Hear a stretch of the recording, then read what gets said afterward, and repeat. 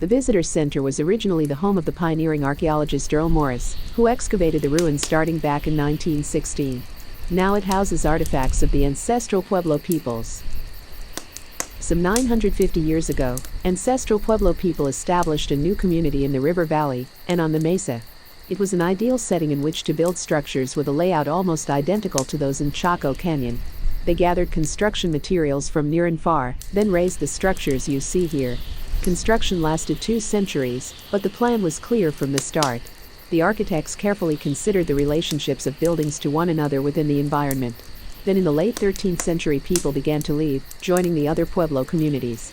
By 1300 AD, Aztec stood empty. Tree ring samples from Aztec West and Aztec East reveal very different construction histories. Very few tree rings from Aztec West date later than 1120. This intensive tree harvesting indicates that most of the structure was built in less than 30 years. Tree rings from Aztec East show construction for a century and a half, with several intensive periods of tree harvesting.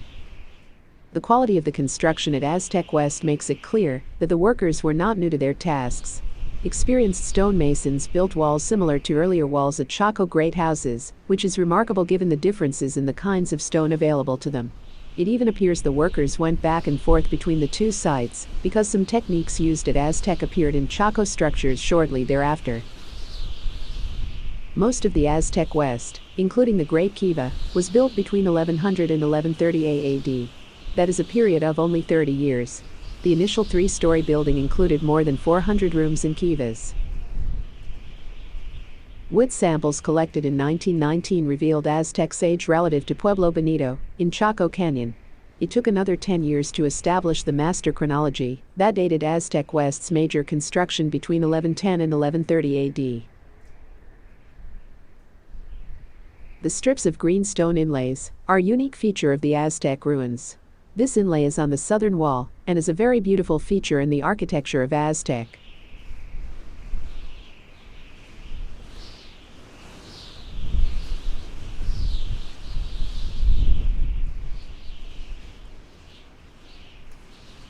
As you would expect, rooms were used for living, cooking, storage of foods and construction materials. Some rooms, such as the Great Kiva, were used for ceremonial purposes. Building materials were mainly local, but some had to be sourced as far as 50 miles away. For some structures, workers used river cobbles and adobe mud from local sources, willow from along the river, and juniper and piñon pine from nearby places. Ancestral Pueblo workers used stone axes to cut and shape wood. These tools were similar to mauls, but one end was ground to a cutting edge. The groove tools were then tied to a wooden handle with lashings. Workers at Aztec used stone hammers and mauls to break sandstone into blocks. The mauls were made of hard river cobbles. The groove in the middle held in place the lashing that bound the maul to a wooden handle. The American Indian longbow was used for hunting and defense. The notched reed arrow shaft, with a razor-sharp projectile point, was a very effective weapon. Because of the dry climate and enclosed rooms, Aztec Ruins has one of the best preserved artifact collections in the Southwest. The amazing variety of perishable items found here includes woven, spun, braided, and knotted goods made from plant fibers, fur, sinew and feathers. There are a variety of weaving patterns used here at Aztec. Two-rod and bundle foundation, used for baskets. Diamond twill weave, was used to make mats, cotton fabric and even baskets. There were also other weaving pattern techniques such as 1x1 and 2x2 plating, used for footwear such as sandals.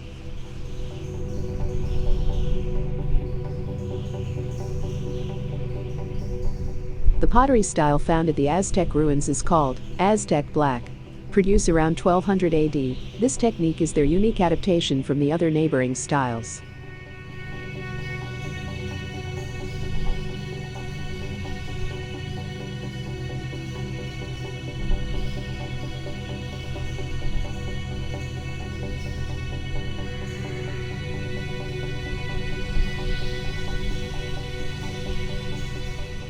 Like at other Chaco Great Houses, the people at Aztec obtained numerous goods from all over the Southwest, and as far away as Mexico and California.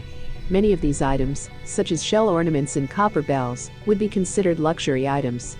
Trade was not always based on need, but was also a reflection of economic, social, and political relationships.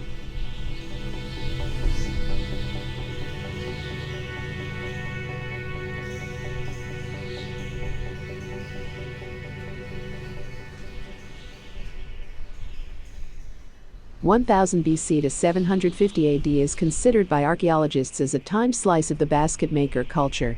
This culture is semi-nomadic, hunter-gatherer period. 750 to 1000 AD is the Pueblo period. The nomadic culture began to build and live in pueblos, a more permanent shelter. Farming became a more important part of life to grow corn, beans, squash, and other crops. 850 to 1250 AD is when Chaco Canyon culture thrived. Chaco is roughly 70 miles south of the Aztec ruins. 1100 to 1300 AD is when the ancestral Pueblo culture of Aztec thrived.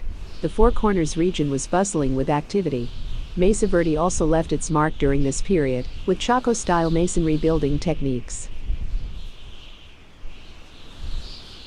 Finally, after 1300 AD things began to change. Around 1280 AD the Aztec ruins were abandoned. Mesa Verde was also undergoing change as it is thought that severe drought plagued the region. Archaeologists continue to unravel the mysteries of the Great Southwest.